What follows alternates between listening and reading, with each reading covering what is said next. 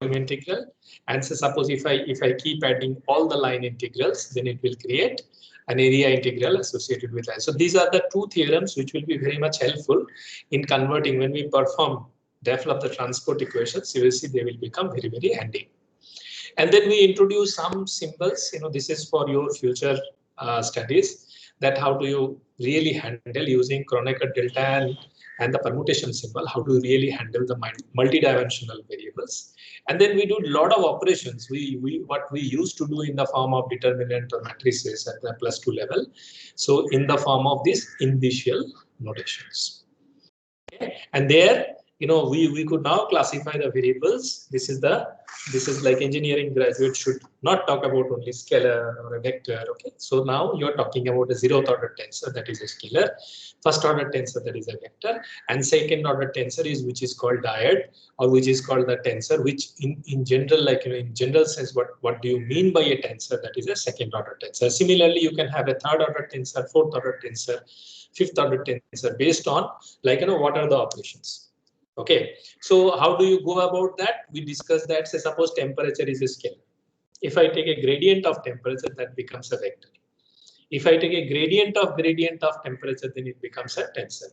If I take a gradient of tensor, that becomes a third order tensor. So this is the way what you do. You increase the multiplicity of the tensor and you keep generating the new variables that are associated with that. Okay, whereas we really learned how exactly you operate between, say, two tensors, say one vector, one tensor. Okay, say different types of dot products and cross product. How do you operate between them with the use of this initial notation? So this actually becomes a kind of algorithmic, and then you can really see that these are basically used in data structures. Okay, in data analytics, in terms of creating different types of data structures and all in computer science. You will see these operations are done. It is not only say suppose matrix multiplication.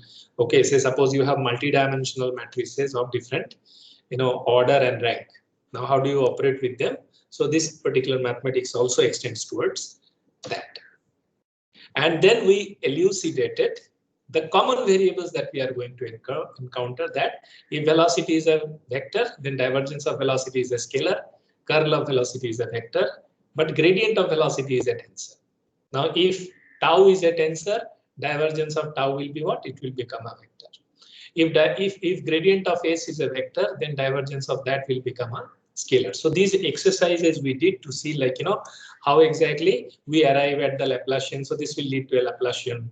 Okay, this you are doing in fluid mechanics, Newton's law based on this. Okay, we'll see the utility of this. We have seen this is the recirculation geometrically. It was shown just now, and then this is the divergence, which will come as a continuity equation for the equations of motion. And I really gave all the examples that are there in heat transfer, fluid mechanics, and mass transfer. Okay. That is summarized in a slide. So if you just hold these 2-3 slides, and if you are really able to understand these variables one by one with the use of the initial notation and the expanded form, so you are more or less ready with the calculus as well as the vector analysis or the vector calculus that you require for the transport phenomena. Great. Now we also discussed that we will operate in the Newtonian mechanics domain. And what is a Newtonian mechanics? It's basically, it uses a inertial framework. Okay, and that is also called an Eulerian framework. Okay, so this is the last thing that we were discussing in the class, that you have a scalar. Suppose you have a scalar c, and this c is a function of what? X, y, z, and t. So essentially, I am expressing this particular concentration c. It can be t also. Temperature also, it can be any scalar. It can be x directional velocity, that is u. It can be y directional velocity, that is v. It can be z directional velocity, that is w. It can be any scalar. It can be height, it can be weight, it can be any scalar. Now, if I really want to see the variation of this scalar, okay, variation of temperature is variation of scalar, that is dt. Okay, variation of weight, that is dm. Okay, variation of position, right? That is dr. So if I really want to know, this is the most elementary and the starting point of the vector calculus, where we say that if I really want to measure the change, how do I do it? You only had the idea of ordinary differential and partial differential, but then, that is those things, you are dropping a ball from the top. You're not thinking about what will be the consequence of the fluid that it is going through. Okay. Now, say suppose you are calculating a ship is moving into fluid. You're not thinking about what is the fluid structure interaction that is going to take place. Even if you are taking in a very ad hoc manner. Now, the fundamental engineering fundamentals tells you that how exactly you comprehensively you design those, you get hold of those parameters in order to make sure that you calculate the deviation. So most generic possible way, if you want to define a variable, how do you define a variable? You define a variable like this. That, say if you have temperature, okay, which is my major focus in the heat transfer. Temperature is a function of what? Say first it is a function of time, okay, then it is a function of x, y, and z. So I am just ensuring that this is my Cartesian coordinate system. Okay, so it's a space-time variable. So if I just put forward a kind of coordinate system where I define this to be x, y, and z. Okay, this is x. Say suppose this is y. Say suppose this is z. Okay, any movement. Say suppose any movement of a point. Okay, say suppose this is the object which is in the beginning, and this may be the object, same object at the end. Okay, so if I really undergo this sort of motion, so this is time t equal to 0. Okay, and then this is time t equal to, say suppose t1. So if I'm undergoing a motion like this, then what is the consequence? Then what is the consequence? So this is what is t is a function of t, x, y, z, and t, and then I evaluate dt. Okay, the variation of temperature. That's what exactly I'm talking about here. Now, if I really want to see dc, what will happen? You know that this we derived in the last class. That what is that? Say if c is a function of x, y, z, and t, then what will happen? What is dc? Del c by del t into dt, del c by del x into dx, del c by del y into dy, and del c by del z into dz. Now what I did, I divided everything by dt. So dx by dt becomes v, dy by dt becomes dx by dt becomes vx, dy by dt becomes vy, and dz by dt becomes vz. Now vx, vy, vz you can write as a vector v. Okay, this del del x, del del y, del del z you can write as an operator gradient. Okay, and then if you really summarize this with whatever rule we have learned, the total derivative, okay, or the substantial derivative of this property c with respect to time, that means variation of c with respect to space and time is what? The variation of c with respect to time and the variation of c with respect to the space. So this is the spatial variation, and this is the local variation. Okay, these are all partial derivative. These are all ordinary derivative, and this is called the substantial or the total derivative. So essentially, if you are really evaluating the substantial derivative or material derivative of a variable, you are able to get what is the space-time variation in terms of that particular scale. It can be concentration. C means concentration, T means temperature, M means weight. Now, when you do that, you may just think here that the way we are operating here, no, since when I am taking change in time, I am keeping x, y, z to be constant. So you can see here, this particular formulation is where the space-time is decoupled. So there is another step ahead of it where the space and time can get coupled. So that requires a little bit of modification to this formulation. Great. And then we learned that what is a linear ordinary differential equation, what is a linear partial differential equation, generic form of second order partial differential equation, and then how do they become, is these coefficients are the function of the dependent. What is the independent variable here? X and y are independent variable. What is the dependent variable here? Phi. What is the order of the equation? Hello? Yeah, any question? Thank you. What is the order of the equation? Second order. Okay. What is the whether it is linear or non-linear? How do you decide that if A, B, C, D, these are all functions of phi, then this is a non-linear equation. Otherwise, if they are functions of x, and y or constant, this is a linear equation. Okay, it's a second order equation. Okay. How many boundary conditions will be required? In X, you require 2. In Y, you require 2. Because this is a second order. Actually, the order decides how many boundary conditions will be required. More importantly, we define these equations in 3 different types. One is called the elliptic equation, which will look like this. Very soon, this is nothing but the Laplacian del square of phi. Okay. Now, very soon you will see t phi will be replaced by t. This is an elliptic equation. Okay. This is a parabolic equation. As we progress another 2 weeks, we go to the lumped system. So there you will see today also we'll see a glimpse of this equation. So this is a parabolic equation. Okay. And this is a hyperbolic equation. What is the condition? Condition is if in this equation b square minus 4ac is greater than 0, that is called hyperbolic. If this is 0, this is parabolic, and less than 0, elliptic. It has nothing to do with the geometry. It is just the analogy with the conic section. It happens that way. Okay, so you end up recovering the Laplace equation. You can also see the Poisson equation, which will be an elliptic equation. Then you have the parabolic equation, which is the unsteady transport equation for all the fluid, heat and mass flow. Okay, and this is the convective part. This is the substantial derivative part. This is this part. In this equation, this is this part, which is this you can see this is a nonlinear equation, right? So here you can see that this v, which is the dependent variable, this is coming as a function. So this part becomes, this is the wave equation, famous wave equation, which is del square phi by del t square equal to c square del square phi by dx square. If c is a function of phi, then this becomes a nonlinear equation. Okay, and this is a hyperbolic equation.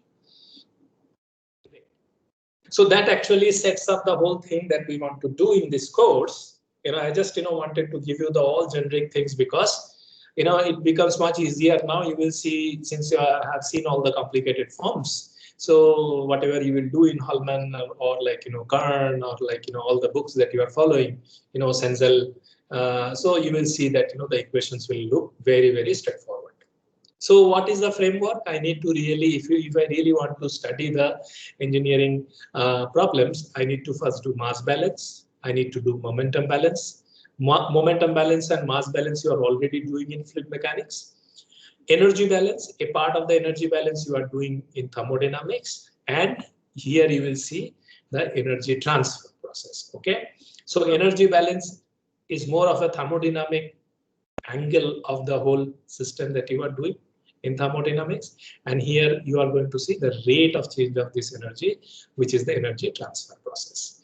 Subsequently, you also need the entropy balance. I'll just put a glimpse in today's lecture where exactly it comes, just to give you the hint that how these 5 sets of transport equation actually helps you in solving any problem in the continuum domain. Hello. Sir, somebody is removing me again. It's forced time. Okay, please don't. Who is this? Priyanshu here. Priyanshu, please, nobody should remove him. Okay, it's very important. In Saturday, in Friday's class, I didn't attend full class, and I don't know what to do. He still removes me. Please don't remove him. Okay. I mean, I request to everybody, nobody should remove others. It's very, very important. It's already, we are into a big difficulty due to this pandemic. They are accessing these lectures in from a remote location. Okay. And all of you are in big trouble. So please help each other. I just request with a folded hand. Okay. Please don't do this. So Priyanshu, can I continue? Are you able to follow? Hello, Priyanshu. Thank you, sir. Yeah, please continue. And I mean, if something happens, again, you tell me. Okay. And if you can find out who is doing it, I will be able to really take care. Thank you. Okay, sir. Okay. Okay. So these are the 5 balance laws that we have to do one by one, and then we have to do in a continuum model. Okay. So how, see, if I really want to do balance, what first thing what we should study? We should study the Reynolds transfer theorem. What is the Reynolds transfer theorem? What is the Reynolds transfer theorem? You know, please look at this YouTube video. Okay, that is given at the bottom. Okay, this actually will give you the entire derivation of the whole thing. I'm just stating this because this is more of a very advanced topic in terms of engineering studies. But then at the second year, if I introduce this to you, you will see that the entire heat conduction and all that will look very simple to you. So ultimately, you have to have control over this equation. And that is the reason why we were doing this calculus, we were doing this vector analysis and all. What does it say? It says, you know, this is what you're doing in process calculation and other places. Rate of increase of the property in the system. Okay, any property, any scalar that you take, and any arbitrary geometry you take. Okay, so rate of increase of the property in the system, any property that is increasing in the system is equal to what? Rate of increase of the property in the control volume. Okay, what do you mean by control volume? Say, suppose you define a differential volume element dV like this. Okay, so if you take a cyclic integral of this dV, it will be the total volume of the geometry. So what it says, that rate of increase of the property in the volume, in this control volume, whatever rate is increasing, and then you are having the integral of that property throughout the volume, and the rate of efflux of the property across the control volume boundary.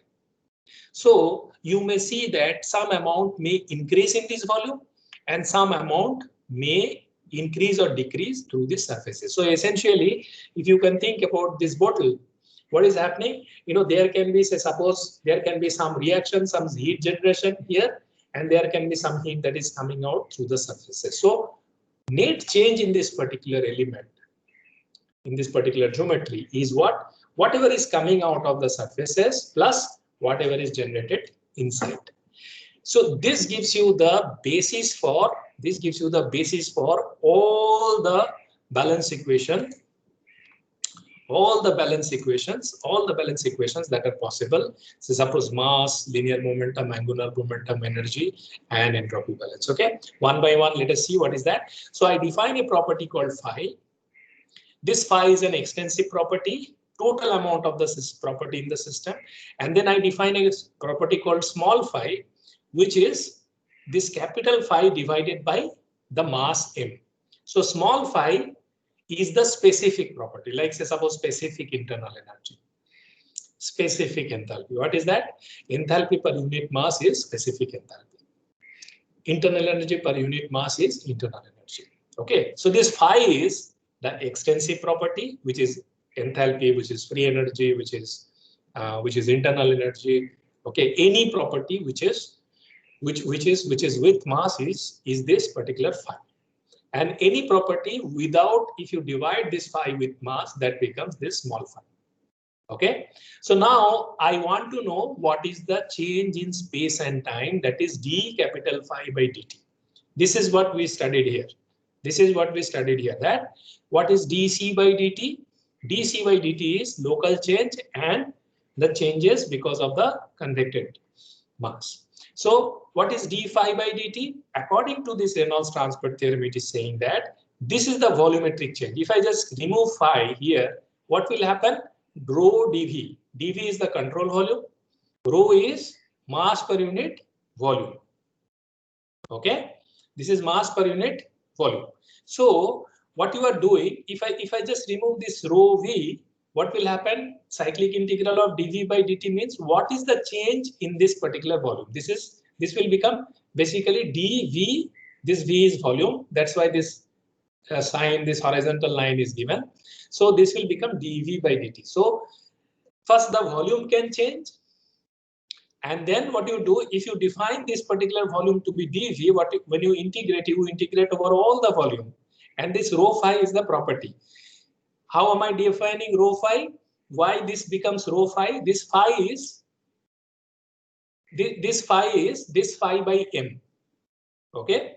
So now what I am doing, I am first multiplying this by rho, which is mass per unit volume. Correct. So this rho phi is nothing but capital phi by volume. And then I am integrating over the volume in order to see what is the change of this particular property over this volume. So I hope that becomes very clear to you. Now, this is a volume integral. So what I did, I first divided this element into infinite number of small dv's. This is what you are doing at the +2 level with dx, dy, say line elements. Okay, one dimensional. But in engineering, you have to model what? You have to model a car, okay, a truck, okay, and a heat exchanger, right? Reactor. These are all 3-dimensional objects. So you have to get the 3D perspective of all the engineering variables. If you do a 1D model of a house, you may not get the load calculation properly. If you are thinking of a beam, you have to think about the 3D. Timoshenko Young gives you the first idea of what? When you do mechanics, you do a kind of beam bending is a kind of single dimensional system. But then when you come to engineering, what you do in solid mechanics class in the first year, what you did, you looked at for the first time, you looked at from the perspective of what? From the perspective of the volume element, the bending of the volume element, the mass of the volume element, right? So I take an arbitrary shape. I say that this is divided into dv, and number of dv. And then I try and see what property, say one particular property. So essentially it should be phi. So I take small phi into m and then I divide by volume. So say suppose this is temperature. So mass into temperature. Okay. And then what I do, I divide by volume. Why do I divide by volume? Because this particular property becomes per unit volume. See, the presence of rho makes it the property. This is the extensive property, same as this, but per unit volume. And then I do what? I integrate over the control of volume over a period of del by del t. So this gives me rate of increase of the property this in the control volume. So rate comes from here. Control volume comes from here. When I see the change in the entire control volume over the element, I get rate of change of this property in this control volume. Okay, I hope this is clear. If not, you can ask questions. Now, then what? Rate of efflux of property across the control volume boundary. So what I do, I define this volume as a collection of different areas, which is dA. So these are all surface elements, small dA elements. Okay, and then what I do, I say that V dot N is the net efflux. Okay. The V dot N is the net efflux. Again, then what I do, I multiply rho phi. Rho phi is what I discussed here, that phi is my intensive property, mass, it becomes capital phi. And then if I divide by volume. So for the entire volume, rho phi by m is my what? Rho phi by m is my property per unit volume. And then what I do for the entire volume, I keep accumulating from each surface how much efflux has taken place, normal to each surface how much efflux has taken place. And that I integrate over the entire surface to get the rate of efflux of the property across the control volume boundary. Okay. Any question you have here? You may raise hand. Is it clear? Because we are going to use this now extensively one by one as I progress. Any questions? So you can see that this substantial derivative that we were studying here, this is nothing but is the part which is the volumetric change, and this is the part that is the surface fluxes. Why we are doing? Later you will see this phi will be replaced by the energy or temperature. Let us progress. So now let us see that if this phi is mass. So this is my equation that I wrote in the previous slide. Now phi is equal to 1 for mass. This is m, right? And now we know that rate of change of mass with respect to time should be constant, that is 0. This mass by mass, this becomes 1. This phi becomes 1, and this phi also becomes 1. So you can straight away see this particular equation. If I consider capital phi to be mass and small phi to be 1, it gives me this equation. Okay. Now what I do, this I know that rho v dot n dA, this I apply divergence theorem here. So this rho v, whenever you have rho v dot n dA, this part, the divergence will become this part. So let us go back and see in the mathematics that we did previously here. So this is mine. So v dot dA, like v dot n into d. See, dA means n is hidden here. So v dot n dA. What is that? That gives me divergence of v. This part will have divergence with what? dv. Correct? So that's what we are applying here. This divergence theorem we are applying here. So if we convert this surface integral into the volume integral, what will happen? Divergence of rho v dv. Now these two I accumulate inside one. So this gives me 0 equal to entire control volume del rho by del t del dot rho v. Okay. Now if this is equal to 0, I can write from analogy that del rho by del t del dot rho v equal to 0, which is nothing but your mass balance equation, the transport equation. Fluid mechanics you have already derived.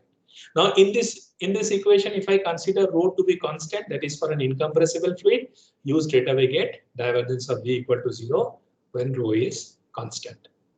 Now if I distribute this, see, if I take a divergence of this, I will end up getting v dot gradient of rho dot divergence of v. Now v dot gradient of rho and this leads to substantial derivative. So d rho by dt plus rho divergence of v equal to 0. This is the total mass balance equation. So you can straight away see that if you replace phi with mass, capital Phi with mass and small phi with 1, you end up getting the continuity equation and you end up getting the mass balance equation. This is from what? This is from Reynolds transport theorem. Momentum balance. Now what should I do for a momentum? For mass, I did for what? I did for mass here. For momentum, what should I do? This will become rho v. This particular phi will become rho v, and then phi will become what? This phi will become what? This phi will become rho. If it is rho v, then this will become v only. So you can see that I have just replaced this d rho v by dt is equal to, I just replace this with momentum here. V dot n dA, rest of the part remains same. In the same Reynolds transport equation, I have just replaced this with momentum. And then what I did, then I first took what? Then I first took this surface integral has been converted into the volume integral. So this part is encapsulated in this divergence. And then I accumulate these two. So d rho v by dt, it comes out to be just the way I was doing mass balance. Del rho v by del t del dot rho v equal to, this becomes equal to this. Okay. Which what I do, I use an identity. This is the identity that I use, that divergence of rho v is equal to v into gradient of divergence of rho v and rho into v dot gradient of v. So this is a vector identity. It can be proven. So I leave as an assignment to you. Just prove it in your home that this leads to these two. Now if I replace here this part, okay, what I get rho del v by del t v dot del v dv, which is nothing but rho dv by dt. So essentially Reynolds transport theorem gives me rho into dv by dt dv for a control volume. Okay. Now let us interpret what is this. What is v? V is velocity. Rate of change of velocity is what? It is acceleration. Mass per unit volume is what? Mass per unit volume into control volume. Volume integral of the control volume is what? This is the total. Rho dv cv is the total mass. So mass into acceleration means this is what I am getting, mass into acceleration, correct? So when I am enforcing momentum into the Reynolds transport theorem, the thing that I get is the acceleration. Okay, the acceleration in the system due to the velocity. Now what is Newton's second law? Mass into acceleration. See, this is what I'm writing here. Mass into acceleration is what?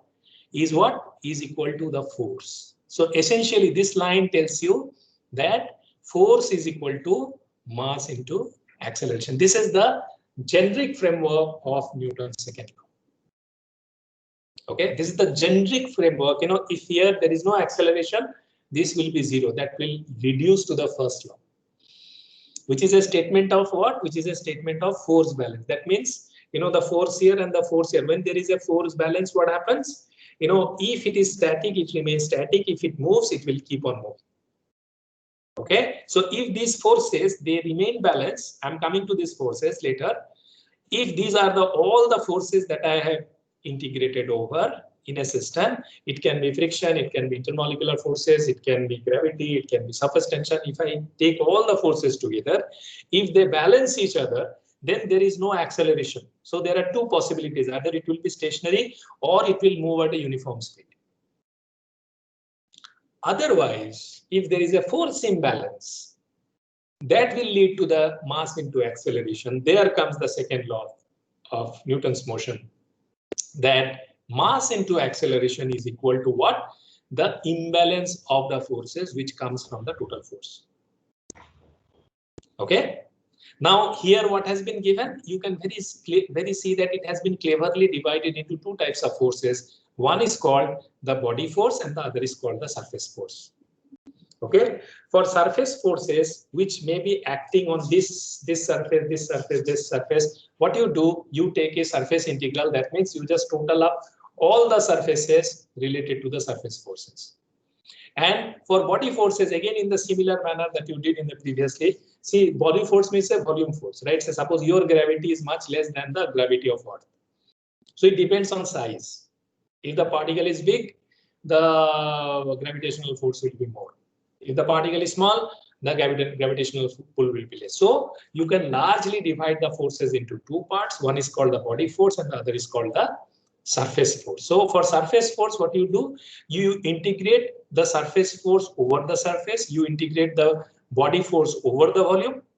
Okay, and then what you do for the surface forces, what you do, you convert it to the surface integral to volume integral like this, in order to get, this is your the first form of Navier-Stokes equation, where if you replace sigma with the Newton's law of viscosity, you will end up getting del square V. Okay, so rho dV by dt, rho F, this is your gravitational force, and then del square V. Okay, and minus of delta P, that will come from the sigma. Okay, sigma is your volumetric stress. Okay, or the total stress, which will have two components like deviatoric stress and the pressure. So this is the Cauchy's equation of motion, and from there you can get the Navier-Stokes equation, and this is you are doing extensively in your fluid mechanics course. Okay. Now comes the main point of discussion for heat transfer. Okay, what should I do with this equation? So I first define two variables, E, which is the extensive energy, and small e, where E divided by mass. Okay, so this E is divided by mass in your, this small e is correlated to this, the capital phi, this is the small phi. And I have just replaced those energies here. Now, if I first do that, then what I do, I take a divergence theorem, and then if I express capital D by dt becomes control volume rho d small e by dt into V dot del. So you can see that this form is appearing again and again and again and again and again. So essentially, I am getting this particular form. This was for C. Now I am getting this form for E, which is coming straight away from the Reynolds transport theorem in force. So what is the change of E with respect to time and space? If I really say, so in the entire control volume, my equation states that in the entire control volume, this is my substance, this is the local change, this is the convected change, and rho dV gives me, these are all small control volume elements. This is the total change. It's a total change of energy. Now what should I do? See, for momentum, I went for what? I went for Newton's law of motion, which is what? Which is a force balance. Okay, which is a momentum balance equation, right?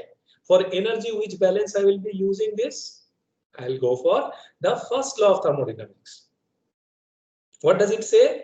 It says that the total energy is internal energy plus kinetic energy, And the change of the total energy in the time and space is nothing but composition of two. How much energy or heat you are adding to the system or taking out of the system, and then what is the work done by the system. Okay.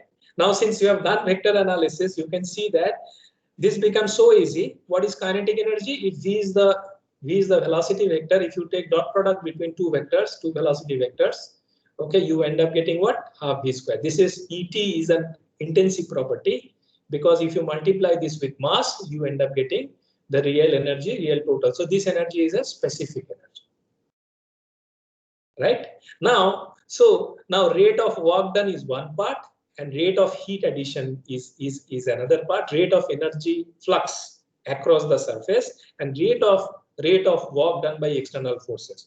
What are the two types of external forces? There is one is called body force, the other is called surface force. So you must straight away see that you have one part rate of work done that is coming from the body forces, one form that is coming from the surface forces, and then you can see first time Q is the flux dot NDS, okay, which is coming. This is the heat flux that has been applied.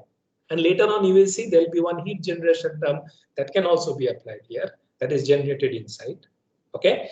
Now, so if I just rearrange these things, you may end up getting, I just show it is going down a little bit. Let me just pull it up a little bit so that it comes on the frame.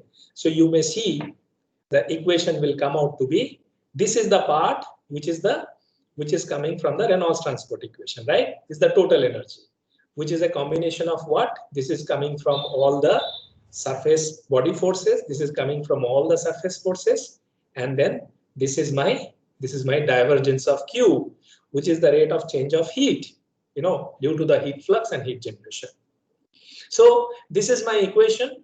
This is my energy balance equation, where this particular part, so this ET is nothing but dE plus half V square. This is the internal energy, and this is the total kinetic energy.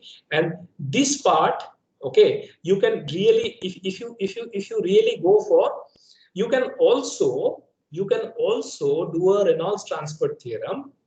You can do a Reynolds transport theorem for only kinetic energy. Just now we are doing the Reynolds transport theorem for total energy. I can enforce only kinetic energy, because kinetic energy is a scalar. I can enforce only kinetic energy here, which will give me what?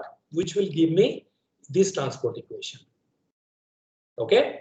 So if I enforce this transport equation into these two, I get a simplified form for the internal energy only, which comes out to be like this. And then if I use an identity like this in order to replace that, I end up getting the energy equation, which looks like this. Now, this is much simpler for me. Why? Because for the time being, these are not my point of worry. This will come as you progress second year, third year, fourth year. These complications will come. I just ignore for the time these two. So rho d by dt is my divergence of Q. Okay, now this E is internal energy. We have studied that in thermodynamics at the same time preliminary classes. Internal energy is the energy of a closed system. That means, say suppose an autoclave. Okay, say suppose if I bottle it up. Okay, there is no mass movement is taking. I don't allow any mass movement to take place. So this is a kind of closed system. Only energy exchange is possible. Now this is not an engineering system. If I really want to see, like, say suppose there is a fluid flow that is taking place, and with that the energy is coming out, that is a more closer engineering system that you can think about, and that energy is really expressed by this parameter called enthalpy, which is nothing but internal energy plus U plus PV, E plus PV, or P by rho. Now, if you convert this equation in terms of the enthalpy, you do a little bit of mathematical jugglery like this, you end up getting an equation like this. Now, this actually sets up the whole thing for me, because H equal to Cp dt. Okay, so rho substantial derivative of Cp dt, divergence of Q, and you know what? You now know from the Fourier's law of conduction, Q equal to minus K delta T, and H equal to rho Cp dt. So if you replace that, you end up getting what? you end up getting rho Cp del T by del T K del square T. So this is your ultimate equation. This is your ultimate equation for heat transfer, which we are going to study, extensively. This is the most generic form of heat transfer equation. Okay, where what I did not consider any fluid flow or nothing. This type of variables I have, for the time being right now, I have ignored. Right? I have also ignored the term associated with the convection term. So here you can see that internal energy, enthalpy, and temperature energy can be written in many different ways. I have given a differential derivation. This part, especially this part, has been taken from the Bird-Stewart Lightfoot. Okay, you can look at, I think it's the 4th or 5th chapter. You can look at that. This derivation is given. So for a control volume element, you are writing the energy balance equation. Rate of increase of kinetic and internal energy is what? Net rate of internal energy by convective transport, net rate of heat addition by molecular transport. This is convection, this is conduction. Rate of work done by the system molecular mechanism, rate of work done by external forces. So you divide into 4 parts.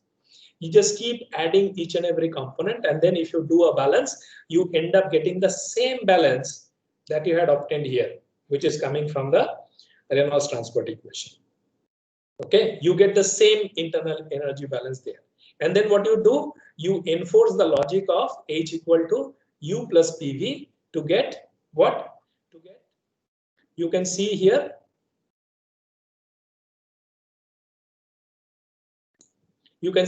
this equation is written in terms of rho dH by dt, which is equal to rho Cp dt. And then please do complete these steps. So where if you just take a kind of only this part and forget about all these parts, for the timing just drop out. These are coming from different other sources, fluid mechanical sources. So you will end up getting this equation. Okay. Now you can see that for an incompressible flow where del dot B equal to 0, which is also apparent here, that I can put this one to be 0, generation term to be 0, d rho du by dt will become divergence of Q. Divergence of Q, rho Cv by C, rho Cp dt by dt will become divergence of Q. I can neglect these 2 terms, and then I can do what? I can replace, like I do Newton's law of viscosity for fluid mechanics. Okay, here what I do, I employ Fourier's law of heat conduction into this divergence in order to get what? In order to get the transport equation for energy, which is rho Cp delta T by delta T K del square T. Okay, this is the most complicated form. This is the 3-dimensional form, n-dimensional form that is possible in heat transfer. And now you will see that all the other lectures in whatever we will do, that will become very, very easy as we progress. Any questions you have up to this point? Any question? It's very important, to see. That's why I have first put forward 30 slides, 60 slides in front of you to give the real picture of how exactly engineering variables are treated. Okay, so that you can really model them in terms of simple system, which will be the focus as we progress. In the next 10 slides, you will see like all the things will be elucidated in a much more simpler manner, as you have seen the most complicated part. Any question do you have? Great. So let us see what exactly we have studied up to this point.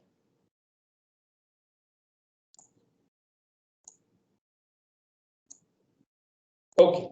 In terms of conduction, 1D conduction, what we said that, see, suppose there is a temperature gradient. So suppose this is at this phase of a differential element at lower temperature, and this phase has a higher temperature, and this is the way the temperature is changing in the x direction.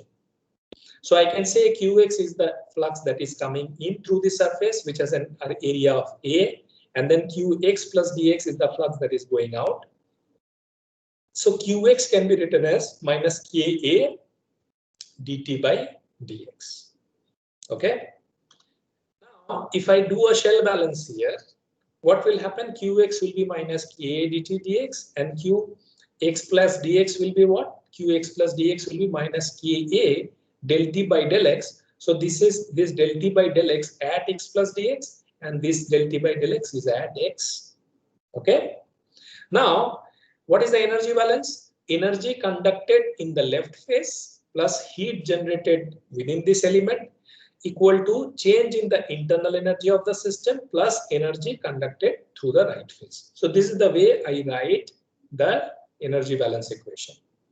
Okay, if I say that Q dot is the energy generated per unit volume. In this differential volume element, I have Q dot. Q dot energy is generated. That means, you can have some heat source. You may just have we did this problem of like, there was an element that was put inside the hot water, and then, I'm heating it up. So what is the amount of heat generated? Q dot is energy generated per unit volume, watt per meter cube. And then if I multiply with A into dx, A into dx gives me the volume of the total element. So Q generation is what? So Q generation will be what? Q dot A dx. And what is the change of internal energy with respect to time? I know that for a liquid, for a Cp and Cv are same. So you know that delta U is equal to what? Cv dt, delta U equal to Cp dt. For gases, the Cp and Cv are different. For a solid material, Cp and Cv are same. Okay, so what I can write, the change in the internal energy is what? Rho Ca delta T by delta tau. Tau is the time here into dx. This is the change of internal energy into this system. So C dt is my internal energy. A dx is my volume. Mass per unit volume into volume gives me the mass. So m Cp dt with respect to time. Okay. Now, if I add this balance equation, it will look like this. And if I simplify this, it will appear something like this, where rho C delta T by delta tau is equal to del del x of K del T del x into Q dot. The one-dimensional heat conduction equation, the generic form of one-dimensional heat conduction equation. Steady state, this will go zero. No generation, this will go zero. So you may find there are different forms of that. So suppose steady state, you can see d square T by this equation can be translated into what? This equation can be steady state means this is zero, this is zero. So K, if I say that K is a constant, K will come out. So d square T by dx square. So partial derivative will become ordinary derivative d square T by dx square equals. So this is the steady state one-dimensional heat flow with no heat generation. So what will be the solution? C1x plus C2. So how will be the change? It will be a linear change. It's a linear, that's why it's a linear equation. Great. Now what I do the same thing for a cube. So this I was doing for x plus delta x. Now I do for y plus delta y, z plus delta z. So I choose three different directions. So what should I do? Qx, qy, qz. Then I have q generation, and then qx plus dx, qy plus dy, qz plus dz. I'm just extending this one. Okay, and then that gives me the del E by del T, which is again rho Cp del T by d tau, because E is the internal energy. Okay, and since this is a solid object, there is no flow, so there is not much of difference between internal energy and enthalpy here. Okay, if there is a convected mass, then I have to consider this to be enthalpy, and I have to bring in the pressure volume for a fluid. That will do later. So now you can see that qx plus delta z, q, just the way I'm writing the same thing that I did for only x and x plus delta x. This here you will see I have accumulated qx plus delta y, qy plus delta y, qz plus delta, and q generation is what? Now this will become dx. Earlier it was q dot into dx into a. Now this becomes q dot into dx into dy into dz. Okay, and then rho c into dx, dy, dz, d tau, this becomes the total energy change in the system. If I accumulate following the same law that is there here in 3 dimension, I get I get this form where if you put K to be constant, you get del square T by del X square, del square T by del Y square, del square T by del Z square, Q dot by K equal to 1 by. So rho C by K, this K, you can take rho C by K. So K by rho Cp is what? That is alpha or thermal diffusivity we discussed in the last class. What is that? Rho C is the capacity of the material to store heat.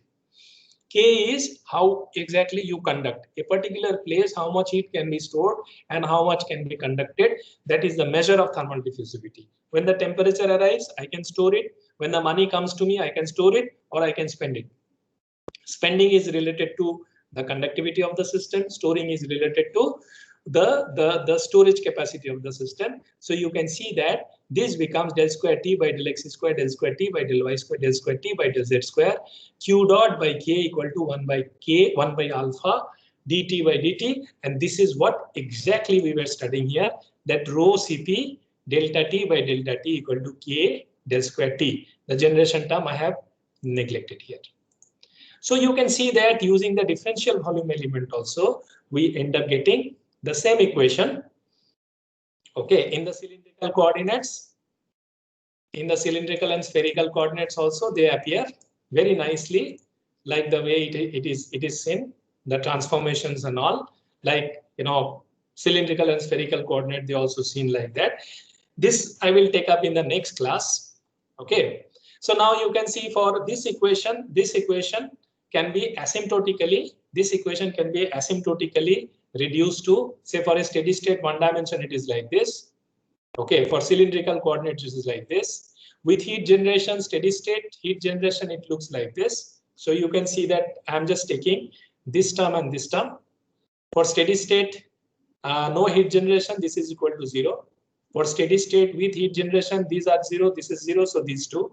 So you can see that that has been asymptotically said. And for two-dimensional steady state conduction, what is a two-dimensional steady state conduction? You just take these two. Without heat generation, steady state means this is gone. Two-dimensional means this is gone. Without heat generation means this is gone. So you can really create a host of transport equations related to the temperature. Okay. Now, just I mentioned, because you are doing these problems, I'll come to this in tomorrow's class, that whenever you are, this is important for your problem. So suppose you have a heat flux that is coming from this phase, that is Q, and then that is going out, that is also Q, and you have, say, suppose three materials A, B, and C of different thickness and different conductivity. Say suppose this is K1, say suppose this is K2, suppose this is K3, and this is delta X, this is delta Y, and this is delta Z. Or this is delta X1, delta X2, and delta X3. So you can really write the heat conduction equation equal to minus. So this is dt by dx. You can write T2 minus T1 by delta X. So Ka dt by dx. You can write Ka T2 minus T1 by delta X. Okay.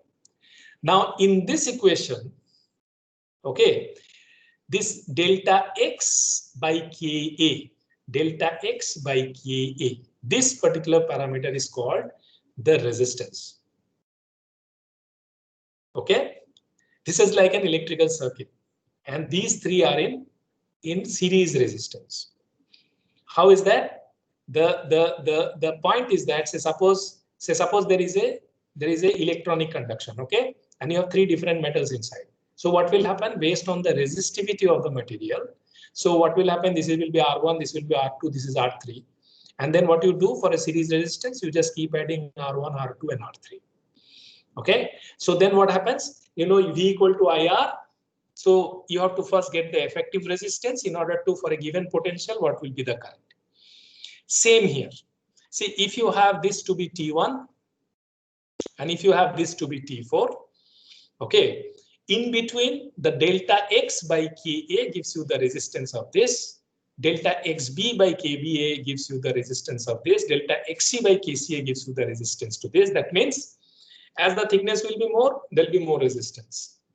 As the conductivity will be less, there will be more resistance. As the area will be less, there will be less, there will be more resistance. So, and they behave exactly like, say, suppose in this B, if I have three partitions, so they behave in a parallel mode. And if this is like this, so suppose if there is a slab like this, I can interpret that there is RA, this is RB, RC, RD, and this is RE, this is RF and RG, and this is T1 and this is T5. So from here to here, okay. So what is Q? Q is what? Q is delta T overall, the temperature difference overall, divided by the resistance overall, which is, say, suppose in this case, this will be T1 minus T4 divided by, see, this is the resistance for this, this is the resistance. So this is what you are doing, what? This is the effective resistance of the material.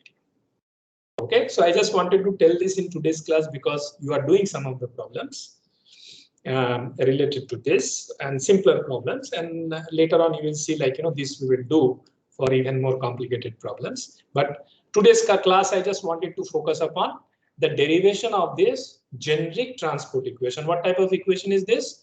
You can understand this is a parabolic equation, right? Now, what type of equation is this? What type of equation is this? Bottom, this is, you can see that this is an elliptic equation. What type of equation is this? This is a Poisson's equation. Okay, so we will discuss about the details of the properties and transformation in the next class to conclude this lecture as we progress.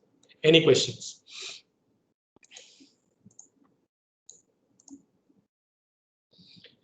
Yes, any question do you have?